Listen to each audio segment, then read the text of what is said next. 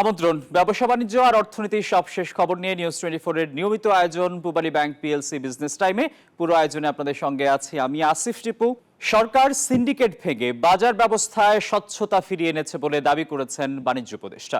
বলেন, কাঠামোগত সংস্কারের মাধ্যমে একটি সুষ্ঠু ভিত্তি তৈরি করছে সরকার, যেটি ভবিষ্যতের নির্বাচিত সরকার সহজে দেশ পরিচালনা করতে পারে। রাজধানীতে জুলাই গণঅভ্যুত্থান স্মরণে আয়োজিত এক অনুষ্ঠানে বক্তব্য রাখেন তিনি। এদিকে যুক্তরাষ্ট্রের পাল্টা শুল্ক কমানোতে ভূমিকা রাখায় বাণিজ্য উপদেষ্টা শেখ বশিরউদ্দিনকে অভিনন্দন জানিয়েছেন উপদেষ্টা পরিষদ। বৃহস্পতিবার প্রধান সংবাদ সম্মেলনে প্রধান উপদেষ্টা প্রেস সচিব শফিকুল আলম একথা জানান। দেশের বাজার ব্যবস্থায় অসাধু সিন্ডিকেটের দৌরাত্মে অস্বাভাবিক দামে পণ্য কিনতে হয় সাধারণ মানুষকে। এই অভিযোগ দীর্ঘদিনের। তবে অন্তর্বর্তী সরকারের দাবি, তারা দায়িত্ব নেওয়ার পর থেকেই বাজারে নজরদারি জোরদার এবং কৃত্রিম সংকট তৈরির অপচেষ্টা প্রতিরোধে কাজ করেছে।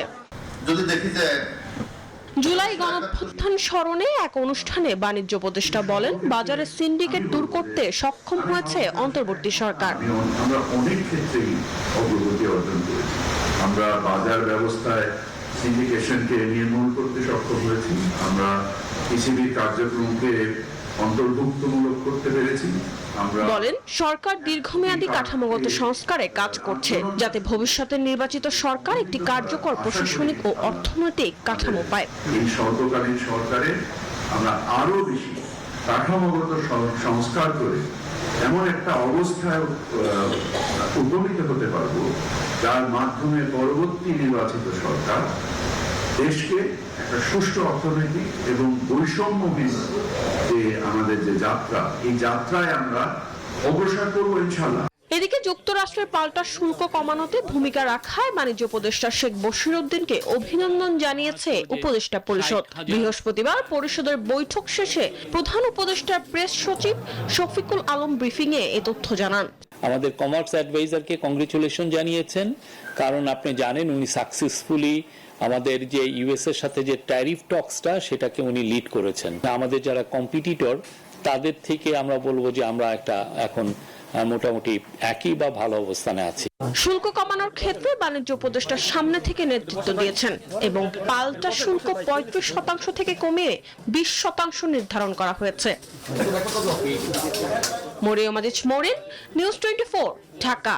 যুক্তরাষ্ট্রের 50% শুল্কে বেশ চাপে পড়তে যাচ্ছে ভারতের অর্থনীতি। সবচেয়ে নেতিবাচক প্রভাব পড়বে দেশটির পোশাক, চামড়া, জুতা, বস্ত্র ও চিংড়ি রপ্তানি খাতে। এমনকি 40 থেকে 50% পর্যন্ত রপ্তানি কমার আশঙ্কা করা হচ্ছে। বিশেষজ্ঞরা বলছেন, ভারত যুক্তরাষ্ট্রের ভুল হিসেব দুই দেশের বাণিজ্যিক সম্পর্কে এমন ভাটা ধরিয়েছে। গেল জুলাইয়ের শেষে ভারতীয় পণ্যের উপর 25% আমদানি শুল্ক আরোপ করেন ডোনাল্ড ট্রাম্প। এরপর রাশিয়া থেকে ভারতের তেল আমদানি বন্ধে বুধবার সেই শুল্ক বাড়িয়ে 50% উন্নীত করেন। এটাকে অযৌক্তিক ও অন্যায় উল্লেখ করে ভারতের জাতীয় স্বার্থ রক্ষায় প্রয়োজনীয় সব পদক্ষেপ গ্রহণের বার্তা দিয়েছে মোদী প্রশাসন। সমঝোতা नहीं करेगा। তবে বড় অঙ্কের মার্কিন শুল্কে বেশ চাপে পড়তে যাচ্ছে ভারতের অর্থনীতি, কেননা ভারতের বস্ত্র ও পোশাক রপ্তানির সবচেয়ে বড় বাজার যুক্তরাষ্ট্র। শুধু পোশাক নয়, এর প্রভাবে নেতিবাচক প্রভাব পড়বে দেশটির চামড়া, রাসায়নিক, রত্ন, গয়না ও চিংড়ি রপ্তানি খাতেও। ভারতের গবেষণা প্রতিষ্ঠান GTRIA বলছে, এই শুল্ক মার্কিন বাজারে ভারতীয় পণ্যের দাম বাড়াবে, ফলে রপ্তানি কমে যেতে পারে 40 থেকে 50% পর্যন্ত। আলোচনার পরও সম্পর্ক এতটা ভেঙে পড়ার মূলে রয়েছে উভয় পক্ষের ভুল হিসাব। ভারত ভেবেছিল যুক্তরাষ্ট্র তাদের সর্বোচ্চ ছাড় দিবে, একই ভাবনা যুক্তরাষ্ট্রেরও ছিল। শেষে দুই দেশই নিজের স্বার্থকে প্রাধান্য দিয়েছে। এতে বৈশ্বিক অর্থনীতির অস্থিরতা আরো বাড়বে বলে মনে করা হচ্ছে। আসমাতুল্লি, নিউজ 24। বন্ধুখ্যাত ট্রাম্পের ধাক্কা সামলাতে চীনের সঙ্গে সখ্যতা চাইছেন নরেন্দ্র মোদী। এর মধ্যে দীর্ঘ 6 বছর পর চীন সফরে যাবার সিদ্ধান্ত নিয়েছেন তিনি। সেখানে SCO বৈঠকে যোগ দেবেন রুশ প্রেসিডেন্ট ভ্লাদিমির পুতিনও। বিশ্লেষকরা বলছেন, মার্কিন চাপ সামলাতেই এমন কৌশলগত অবস্থান নিয়েছে ভারত। এমন আবহেই ভারতের দুশ্চিন্তা বাড়িয়ে ফের যুক্তরাষ্ট্র সফরে যাচ্ছেন পাকিস্তানের সেনাপ্রধান। ডোনাল্ড ট্রাম্প দ্বিতীয় মেয়াদে ক্ষমতায় আসার 6 মাস না যেতেই বন্ধু খ্যাত নরেন্দ্র মোদীর সঙ্গে সম্পর্ক ছেদ। ভারতের উপর নতুন করে মোট 50% শুল্ক আরোপের পর সে সম্পর্ক তলানিতে ঠেকেছে।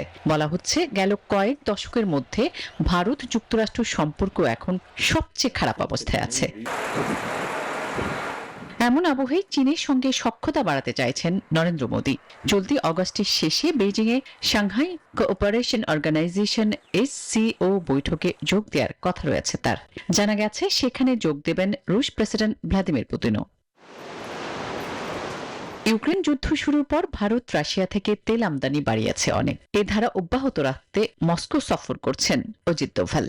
মূলত ট্রাম্প প্রশাসনের অতিরিক্ত শুল্ক আরোপ, বাণিজ্যিক হুমকি এবং একতরফা নীতির বিরুদ্ধে এক হচ্ছে এই 3 দেশ।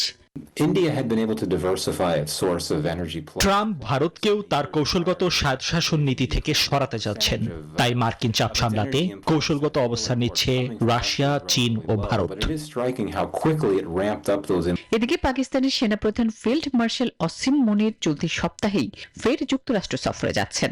পাকিস্তান যুক্তরাষ্ট্রের এমন সখ্যতা ভারতীয় নীতি নির্ধারকদের জন্য দুশ্চিন্তা বাড়াবে বলেই মনে করা হচ্ছে। সূচকের পতনে চলতি সপ্তাহের লেনদেন শেষ হয়েছে দেশের প্রধান পুঁজিবাজার ঢাকা স্টক এক্সচেঞ্জ ও চট্টগ্রাম স্টক এক্সচেঞ্জে।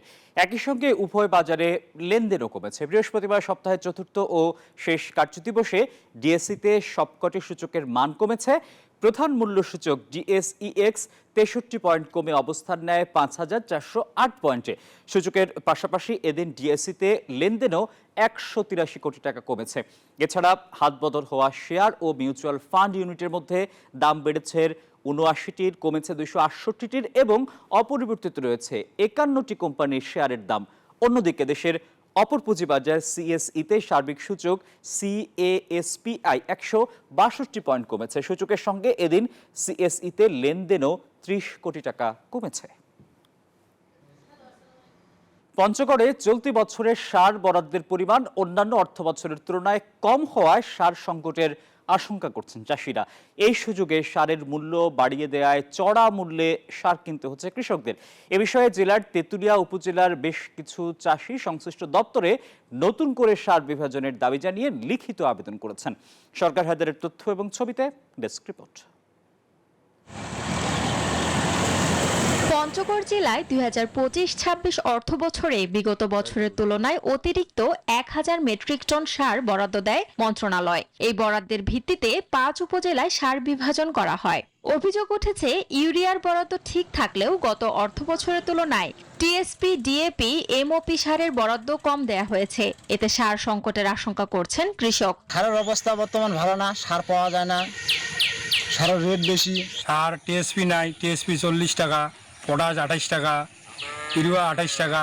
সার পাওয়া যায় না, ডিলারের কাছে যাইলে লাইন ধরে থাকতে হয়। এটা 1700-1800 টাকা আছে, আমরা চাষি সার পাই না। সার রাত্রিবেলা দিয়ে যায়, মাগরিবের আজান সময় দিয়ে যায় ভ্যানত করে সারের দোকানকে, আর সারের দোকানগুলো আনে এনে বিক্রি করে ওই ঘুরা ঢুকাছে। চাষিরা বলছেন বরাদ্দ কমের সুযোগ কাজে লাগিয়ে ডিলার ও ক্ষুদ্র দোকানদাররা সারের দাম কেজি প্রতি 2 থেকে 3 টাকা বাড়িয়ে দিয়েছেন। এই সময় আমাদের মৌসুম, কিন্তু আমরা সঠিক সময় সার পাই না। এখন আমাদের টিএসপি সারের দরকার।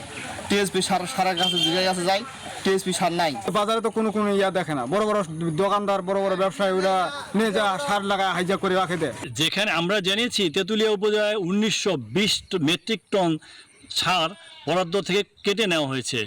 এটা চাষিদের উপর বিশাল একটা নির্যাতন বলে আমি মনে করি। তবে কৃষি সম্প্রসারণ অধিদপ্তর বলছে চা বাগানের জন্য সার বরাদ্দ দেওয়ার কথা চা বোর্ডের। আমরা যে উপজেলায় সার বিভাজন করে থাকি সেটি আমাদের ফসলি জমির উপর, চায়ের উপর আমরা কোনো সার নির্ধারণ করে থাকি না।